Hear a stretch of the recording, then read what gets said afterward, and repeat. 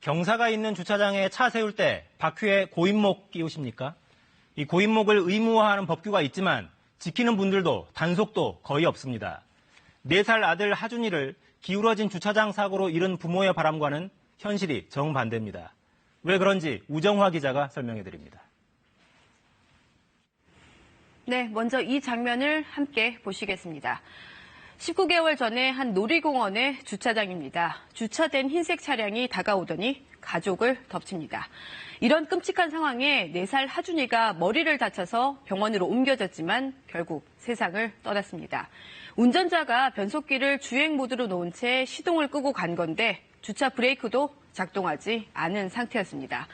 하준이를 잃은 가족들은 슬픔을 참고 한 가지 일을 하기 시작했습니다. 바로 재발 방지책을 마련하는 것이었습니다. 가장 먼저 시작한 건 청와대 국민청원이었습니다. 경사진 주차장에 경고 문구와 보조 제동 장치 의무화를 요청했고 이렇게 14만여 명이 동의했습니다. 정부 당국도 관련 대책을 준비하는 등 뭔가 해결되는 분위기였습니다. 그런데 하준이 어머니의 이런 바람은 금세 실망으로 변했습니다. 왜일까요? 그 이야기 들어보겠습니다. 바뀐 게 없었어요. 내 방송에 나오고는 있는데 주말에 그 복잡한데서 누가 안내문은 너무 작고요.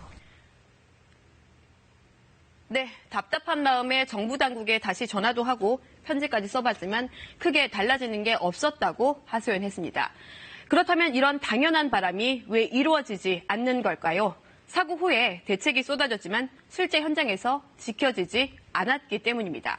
우선 하준군 사고를 계기로 지난해 4월 국토부와 경찰청은 함께 교통안전대책을 발표했습니다.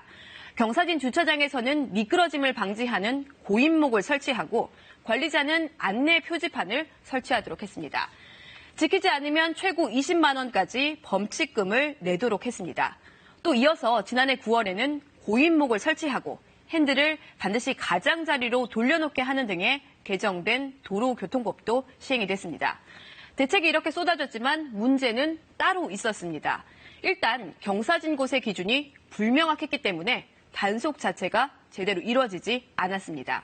이러다 보니까 지난 1년간 적발된 운전자 이렇게 14명에 불과했습니다.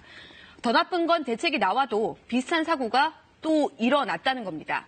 또 지난해 1월엔 안전표지판 설치 의무화를 핵심으로 한 이른바 하준이법이 발의됐지만 유사한 법안이 있다 등의 이유로 법사위에 1년 가까이 계류돼서 국회 문턱을 못 넘고 있습니다.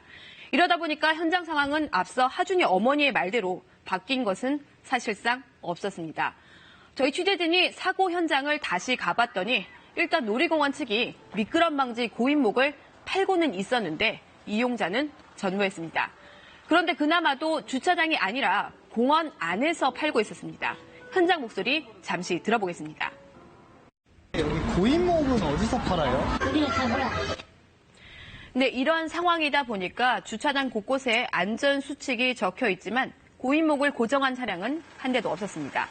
안전 표지판 역시 문제였습니다. 표지판이 운전석 오른쪽에 위치를 하다 보니까 당연히 운전자 눈에 잘 들어오지 않겠죠. 이러다 보니 더 이상의 하준이는 안 된다는 외침이 또 공허하게 끝나는 것은 아닌지 우려의 목소리가 나옵니다. 무엇보다 스스로를 지킬 힘이 없는 어린 아이들을 위한 일이라면 어른들이 문제를 또 반복하는 일은 없어야 할 겁니다. KBS 뉴스 우정화입니다.